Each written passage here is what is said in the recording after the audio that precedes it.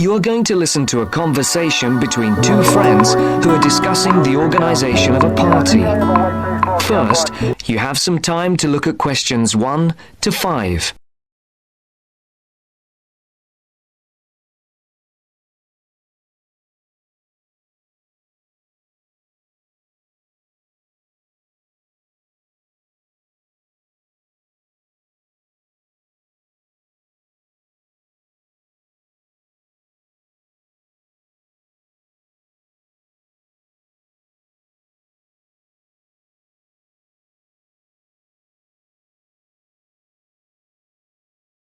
Now the test will begin. You should answer the questions as you listen, because you will not hear the recording a second time. Listen carefully and answer questions 1 to 5. Hi, Matt. Right on time. Have you been waiting long? 5 minutes. The buses were held up on the high street. Otherwise, I would have been early. Yeah, there's something wrong with them today.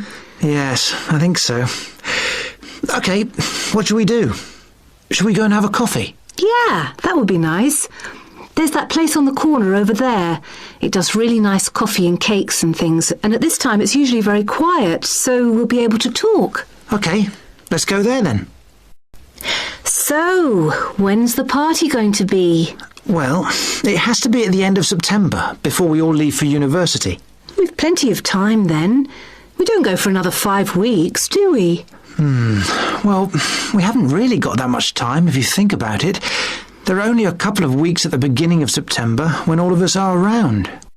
Oh, yes, I forgot. Nazrin, Phil and Nikki and all that lot have gone off on holiday. And I'm away for 2 weeks from tomorrow.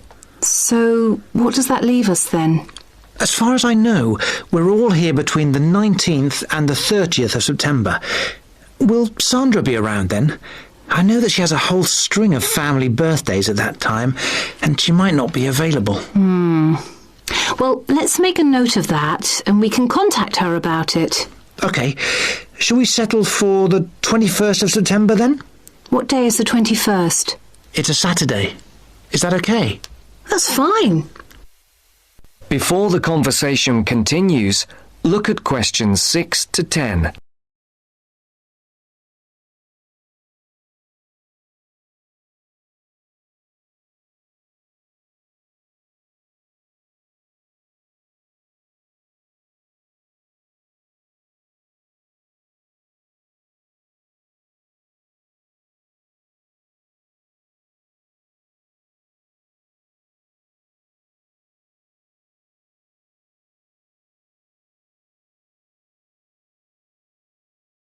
As you listen to the second part of the conversation, answer questions 6 to 10.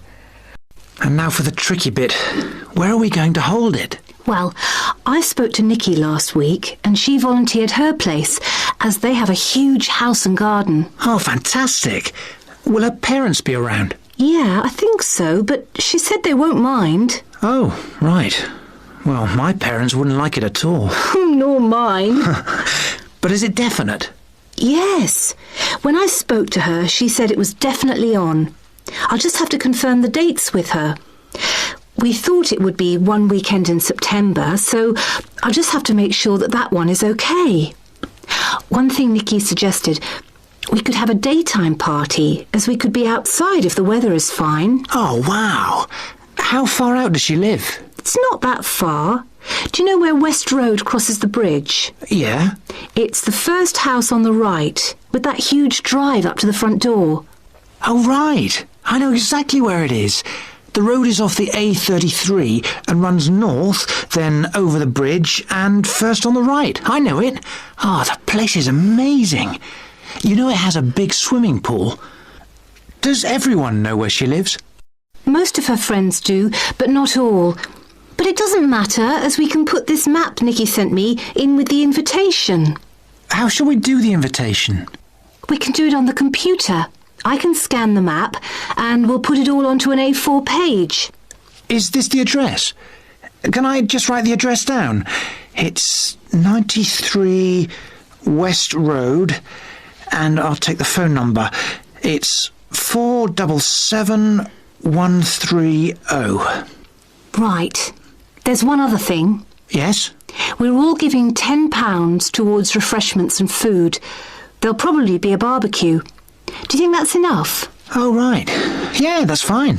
And everyone will have to help tidy up afterwards, including the boys. That is the end of part 1. You now have half a minute to check your answers.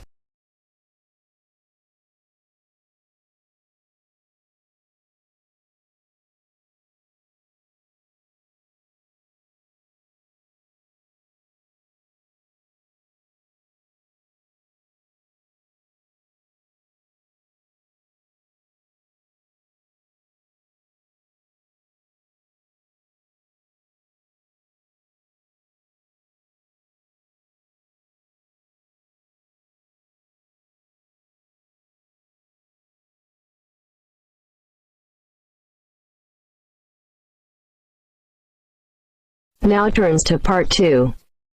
Part 2. You're going to hear a radio broadcast called Postbag. First, look at questions 11 to 16.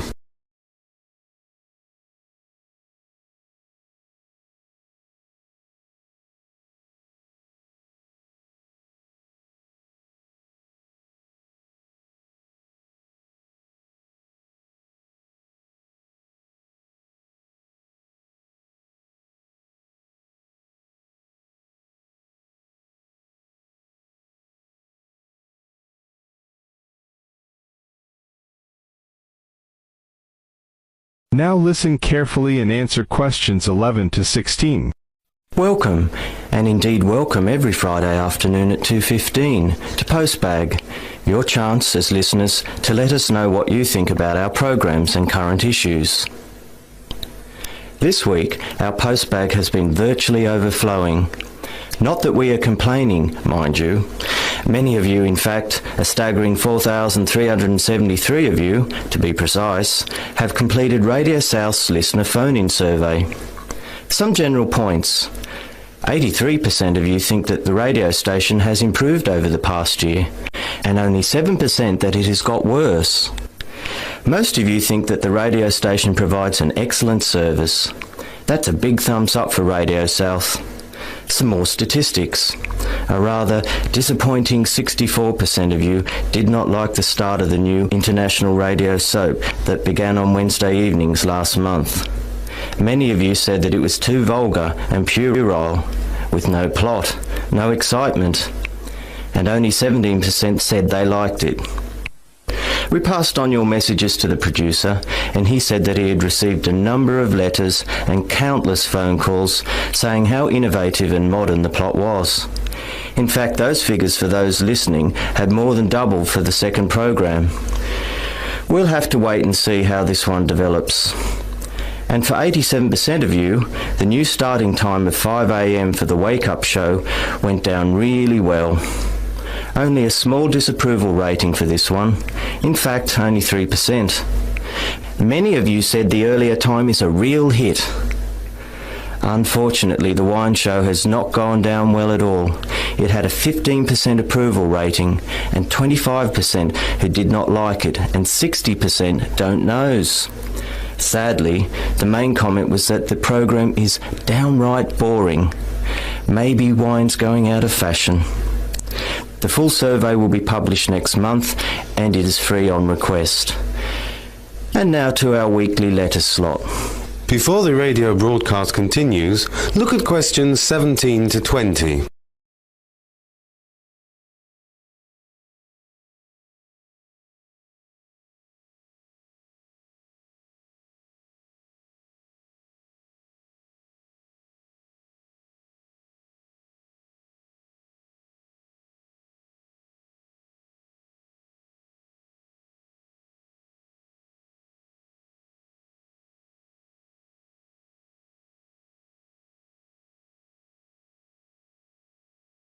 Now listen carefully and answer questions 17 to 20.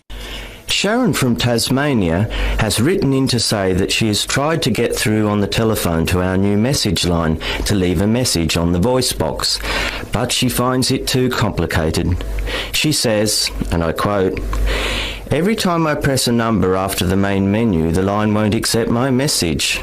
It's so frustrating. Maybe your voice box should come with a health warning. Well, I can tell you that you're not the first person to have complained about this. In fact, we had 67 letters this past week alone, and complaints have been going up at the rate of 10% a week recently.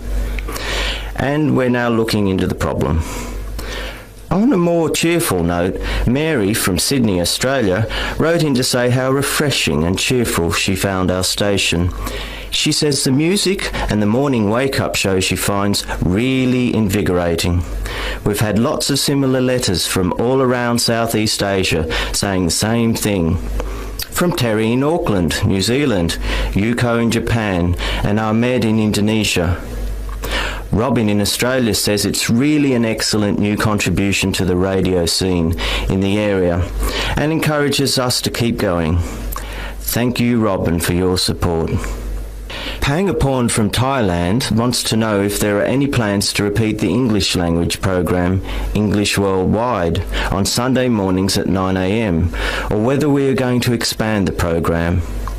We've had so many letters over the past week about English Worldwide. It appears to be hugely popular. Since it started 5 weeks ago, the number of people tuning in has grown tenfold. There are no plans at the moment to increase the 2-hour slot on Friday morning, but if numbers keep increasing at the rate they are, we may have to. Many of you have asked when we are becoming a 24-hour service. The answer is as soon as we can. We now broadcast 19 hours a day and hope to be on air 24 hours a day within the next 6 months. And now it's over to Marco, who's going to look at the latest cinema and video releases.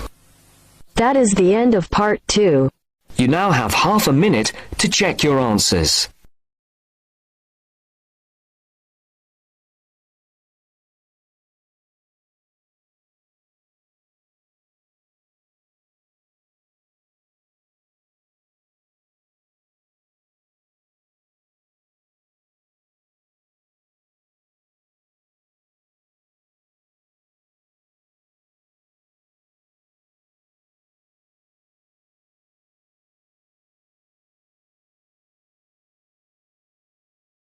Section 3. You will hear Priya, Marcus, and their tutor Dr. Whitfield discussing their research project on urban food waste management.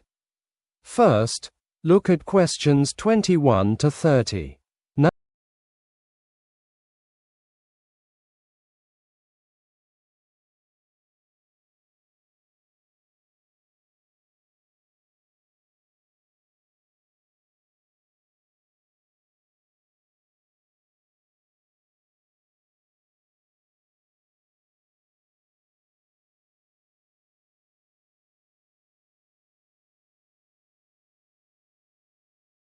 Now listen and answer questions 21 to 30.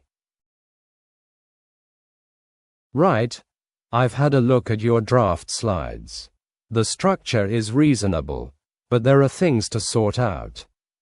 Priya, how did the data collection go? Mixed, really. We surveyed 3 zones, southern, eastern, and northern, and it was actually the northern districts that gave us the highest response rate. Surprising, because it's the least populated, but local community groups helped distribute the questionnaires there. And the commercial sector, restaurants specifically. That's where it got messy. We had 47 restaurants, which is a reasonable sample, and most were cooperative. The problem was each establishment recorded waste differently. Some by weight, some by volume, a few just said, a couple of bags a day. It wasn't about refusal, it was purely inconsistency in how they tracked things internally. You'll need to acknowledge that limitation clearly. What about the composting data? That's more positive. Registered composting schemes have gone up by 42% in 3 years. But participation is voluntary, so coverage is still patchy. There's also the transport angle. The carbon dioxide cost of trucking organic waste to processing plants is rarely factored in properly. I agree completely. The environmental cost of transporting organic waste to processing facilities is underestimated in current models. Most models just assume landfill diversion is automatically a net gain, without accounting for collection vehicle emissions. That's a fair critique. Have you looked at what other European cities are doing? Copenhagen, for instance. Not yet. We stuck to UK and Irish comparisons. Including a case study from another European city would strengthen the comparative dimension considerably. Vienna's municipal recovery program would be worth a look. Now, your recommendations. They feel generic. Recommendation 3 in particular isn't grounded in your own findings. The policy recommendations lack empirical support from your data. The methodology is fine, and your statistics are current. It's just that link from evidence to recommendation that needs work. Also, there's a report from the Environmental Standards Agency you should consult for that section. Let's talk household interventions. You listed financial penalties, meal planning tools, and improved labeling. Which is most effective based on your data? My instinct is labeling. It's systemic and doesn't require ongoing effort. But Priya's not convinced. Our data says otherwise. Households given structured meal planning tools, weekly menus, portion guides, reduced waste far more than those given relabeled products. Labeling alone doesn't shift behavior without a planning component. The numbers do back that up. I'll defer to the data. Right. Presentation practicalities. Your introduction is 5 slides. Cut it down to 3. Get to your original findings faster. Understood. I'll also have the 2 new results graphs ready by Wednesday. Good. And for recommendation 3, open with a citation from Professor Kamani. She published on community-level food recovery last year and it maps directly onto your argument. It will give the section much more authority. We'll find it. Should we send a revised draft before the final presentation? Yes, at least 3 days before. Good progress overall. It just needs that last push. That is the end of section 3. You now have 30 seconds to check your answers.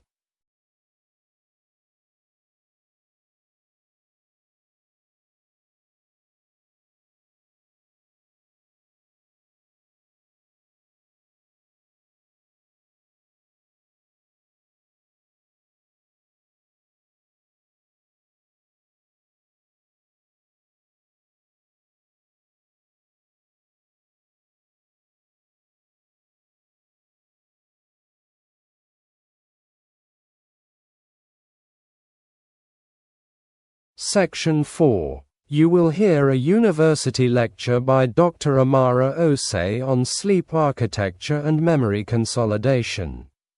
First, look at questions 31 to 40.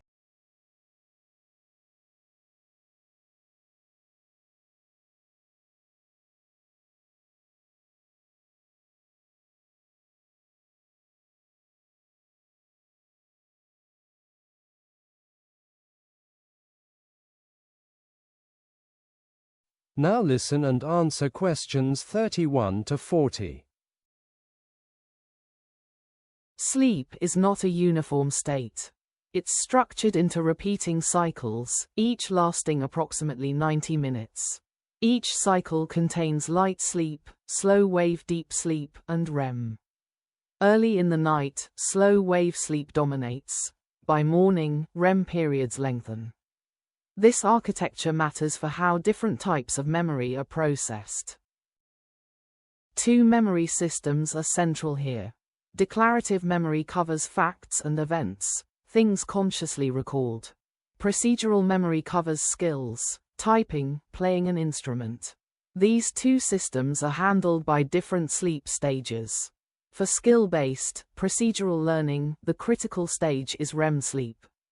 Selective REM deprivation, leaving slow wave sleep intact, significantly impairs motor skill consolidation. The brain appears to continue refining skills offline, during sleep, without further practice. For declarative memory, slow wave sleep takes the lead. During this stage, memories encoded in the hippocampus, the brain's short-term holding site, are transferred to the neocortical cortex for permanent storage. If slow wave sleep is disrupted, this transfer fails, and retention of factual knowledge suffers significantly. Language learning illustrates this sharply.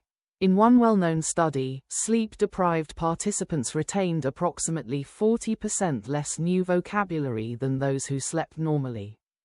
This held even when the deprived group was given caffeine before testing, suggesting the deficit isn't about alertness, it's about consolidation.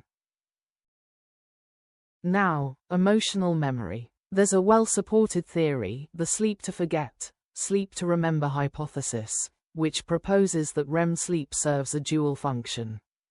It preserves the content of emotional memories, what happened, but simultaneously strips away the emotional charge, dampening the intensity of how you feel about the event. The memory survives, the distress attached to it fades. This is thought to be adaptive. We retain the lesson without being perpetually re-traumatized. It also helps explain why PTSD involves disrupted REM sleep. The emotional processing that should occur during REM simply doesn't happen. A technique called targeted memory reactivation, or TMR, has attracted considerable interest.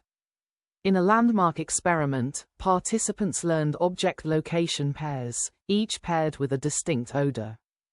During subsequent slow-wave sleep, half the odors were silently diffused into the room. Participants had no awareness of this. On waking, they showed significantly better recall for the cued objects.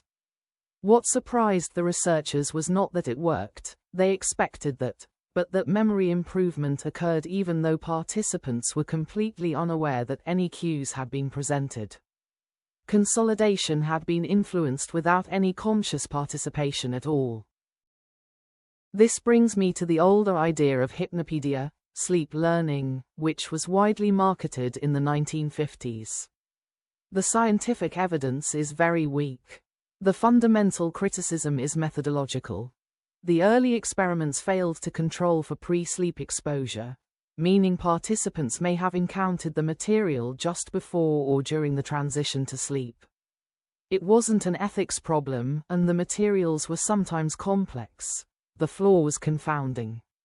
Sleep cannot encode genuinely novel information, it can only consolidate what was already learned while awake. On practical matters, studying before sleep does have value, but only under moderate cognitive load. Learning under high cognitive load, when fatigued, stressed, or rushed, actively interferes with the consolidation processes you're trying to engage. The brain needs to be calm for pre-sleep encoding to feed into overnight consolidation effectively. There's also solid evidence for the daytime nap.